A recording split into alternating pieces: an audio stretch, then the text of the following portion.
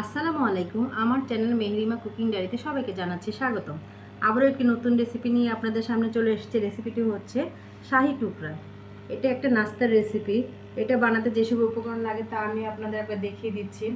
এখানে আমি বড় সাইজের একটা পাউরুটি নিয়েছি, যে এইভাবে আমি সাইডগুলো কেটে নিয়েছি আর ত্রিকোণাভাবে ছুরি দিয়ে কেটে নিয়েছি।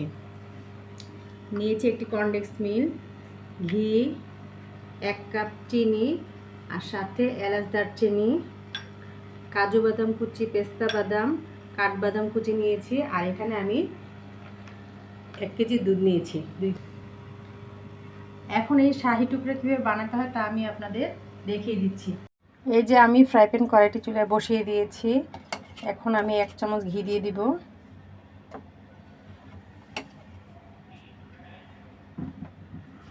ঘিটা আস্তে আস্তে গলতে থাকুক। এর মধ্যে আমি এই বাদাম কুচিগুলো দিয়ে দিব, দিয়ে আমি একটু 1 মিনিট ভেজে নেব। বাদাম কুচিগুলো ভাজা হয়ে গেছে, হালকাভাবে একটু ভেজে নিয়েছি। এখন আমি এটা তুলে নেব বাটিতে।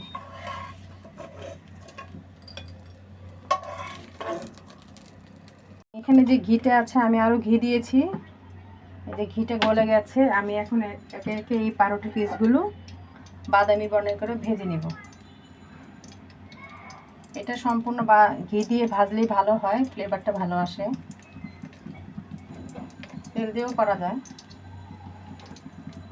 এই যে পাউরুটি পিসগুলো একটু বাদামি বর্ণের করে ভেজে নিতে হবে। এই যে দেখেন, আমি এইভাবে সবগুলো পাউরুটি পিসগুলো ভেজে আপনাদের দেখাবো।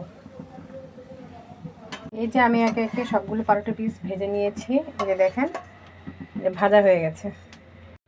এই যে আমি এখন এই ফ্রাই প্যান কড়াইয়ের মধ্যে এই লিকুইড দুধগুলো দিয়ে দেব। 1 কেজি পরিমাণ দিয়ে দিব। দিয়ে আমি এটাকে খুব ঘন করে নেব। ফাঁকে আমি আরেকটা চুলাতে পানি বসিয়ে দিয়েছি, গরম হয়ে গেছে। এই যে আমি চিনি শিরাটা তৈরি করে নিব। 1 কাপ চিনিতে 2 কাপ পানি দিয়েছি।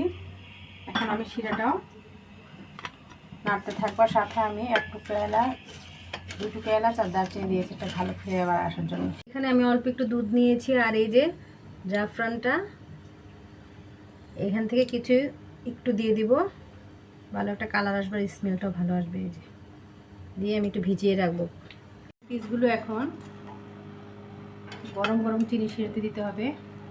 এইভাবে চুপ দিয়ে ভিজিয়ে তারপরে এইভাবে দিয়ে দিব। তারপর আমি সাজিয়ে আপনাদের দেখাচ্ছি।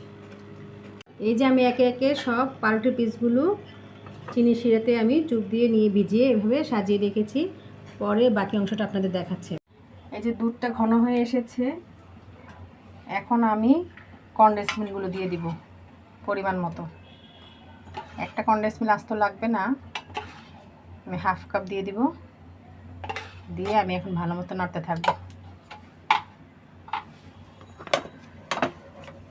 আর মিষ্টিটা হচ্ছে আপনাদের যার যার উপর, এটা চিনি দেওয়া লাগবে না, কনডেন্স মিল্ক দিলেই ভালো হয় খেতে।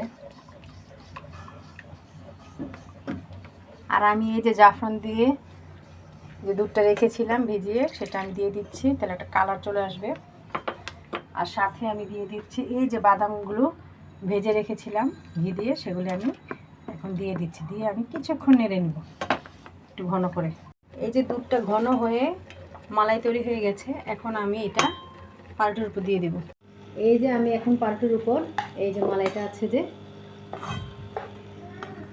এই যে মালাইটা করেছি, যে এইটা এখন আমি এর উপর আস্তে আস্তে ঢেলে দেব।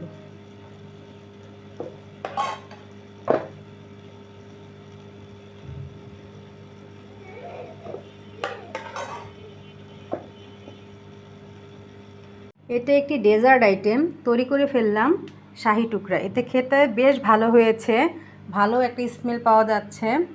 এটা মেহমানদারিতে, অকেশনেও তৈরি করা যায়। আমার মতো এইভাবে আপনারা বাড়িতে বানিয়ে খাবেন, সবাইকে খাওয়াবেন।